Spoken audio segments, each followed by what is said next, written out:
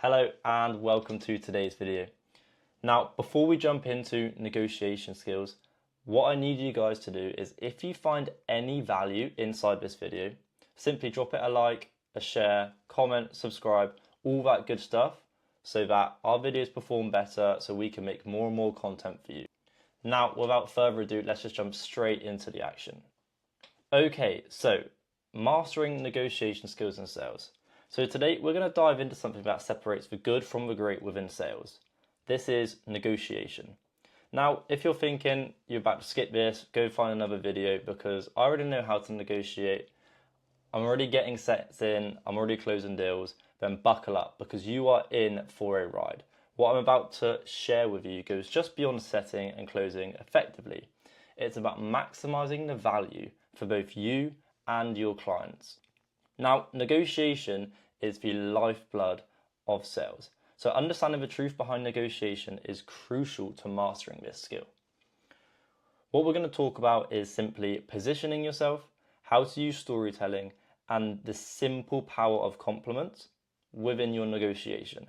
Now, trust me, these tools are going to transform your approach. So let's start with how. How do we negotiate effectively? First things first, preparation is your superpower. The best way to win a negotiation is to keep your client from ever saying no in the first place. Negotiation is when you and your client are at odds sometimes. Now, this can be on an extreme level, not seeing eye to eye, being on a different wavelength, or sometimes it can be a few minor little details here and there. However, in any case, before negotiations begin, you need to know two main things. Number one, you need to know what it is you're selling. Whether it's a physical product, a digital product, a service, whatever it is that you're selling, you need to know it inside out, back to front, upside down. This is so when the client asks you questions, you can give them textbook answers every single time. And secondly, it asserts authority. You know what it is that you are talking about. And secondly, even more important than knowing what you're selling is you need to know the client. You need to know the person you're talking to. Now, this could be for a number of reasons. And you need to be like a therapist. You need to be listening to them, asking them lots of questions, finding out their problems. You need to find out where they currently are at, what they're currently facing as an issue, what they're currently doing to try and overcome that issue. You need to find out where they're currently at and what they're doing. And secondly, you need to know where they want to go. So they're down here right now and they want to be up here. This is super, super important for creating leverage. First of all, the prospect is going to appreciate and respect that you're finding out their problems and you're going to give them solutions to it. Secondly, they're going to feel heard, they're going to feel respected because you're listening to them. So knowing your prospect is really, really crucial in negotiation and sales as a whole. Remember, number one, the product, what it is that you're selling. And number two, more importantly, the prospect, where they currently are, where they want to be. The big gap in the middle is what, number one, your product is going to solve. It's going to get your prospect from where they currently are to where they want to be. Not getting any meetings, not getting any clients, stuck trying to sell their own service, wanting a full calendar of 50 appointments a month. Your appointment booking service is going to get them there. So when you know your product or your service and you know the client, after speaking to them, building rapport within your DM setting conversation or within your sales call, you can act and speak in confidence. Now, confidence wins negotiation. But this confidence doesn't come from being cocky or just pure arrogance. It comes from being prepared. It comes from knowing what you're selling. And it comes from that rapport building you've done with your prospect. You know where they currently are. You know what problems they're facing. You know where they want to be. You know what they want to be doing, what the business is earning, etc., etc. When you're confident, you will control the narrative. Now, this is where positioning comes in. Positioning is all about putting yourself in a place of authority while aligning with your client's needs. If a client feels like you're an equal partner to them, then they're going to open up more. But if your prospect sees you as low or too desperate, then you're going to lose the leverage. Now, you don't want to be begging for the sale. You don't want to be hard selling. You don't want to be ramming it down their throats. You want to be guiding them towards the solution of getting to their dream state, where they want to be. You want to be guiding them towards that. Now, one of the best ways to position yourself is by leading with empathy. Show them that you understand their needs. Instead of diving into numbers or price right away, establish that relationship. Find out where they currently are, what's going wrong, where they want to be, and what problems they need fixing. Now remember, people buy from people they like and trust. So use positioning to be their trusted advisor, not just a sleazy salesperson.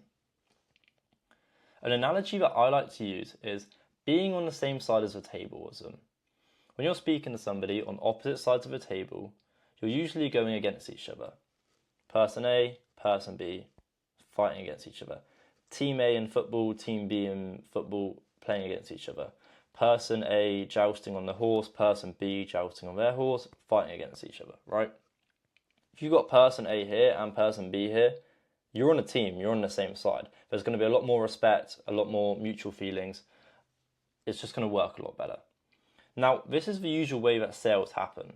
Either ends of the table. Salesman on one side of his desk and the client's on the other. It can feel very tense and awkward being on two sides of the table, so this is why you need to be on the same side as them. However, getting on the same side as the table, it shows that you are together. It shows that you're on the same side and you want the same thing as the client. You're not just there as a salesperson wanting a sale and the client reluctant to hand you the money. You're on the same side and you both want to help the person get from where they currently are to where they want to be. You're on the same team. Now, in person, this can be just literally sat next to them, doing a presentation, taking them through a sale. However, with remote sales, you can't be on the same side as a table, right? You can't be on the same side as a laptop screen. You physically can't. So what do we mean by getting on the same side as a table through remote? Well, this means simply positioning yourself in the sense of non-combativity, being friendly, understanding of where they currently are and where they want to go. Now, let's talk about storytelling. This is where the magic happens within negotiation. Facts tell, stories sell. When you can wrap up your offer within a story that resonates with the client, they're going to stop thinking about the price and start visualizing the benefits of what you have to sell. People think in pictures and not in numbers, so you need to show them with your words. You can create a lot of value by tapping into emotions. You're not selling a product, you're selling the solution to their problem. If you go and buy a bottle of water, you're not buying a bottle of water, you're buying the solution to your dehydration and your thirst. If you go and buy a new car, you're not just going to buy a new car. You're going to buy the solution to whether your old car was broken, so you buy the solution to driving to work. Or if you go and buy a really fancy car, maybe you go and buy the solution to fixing your insecurities. You don't buy the product, you buy a solution to your problem. You don't sell a product, you sell the solution to somebody else's problem. What this means is you need to tell a story that relates to their situation. Maybe another client had a similar problem to them, and by using your solution, their life changed.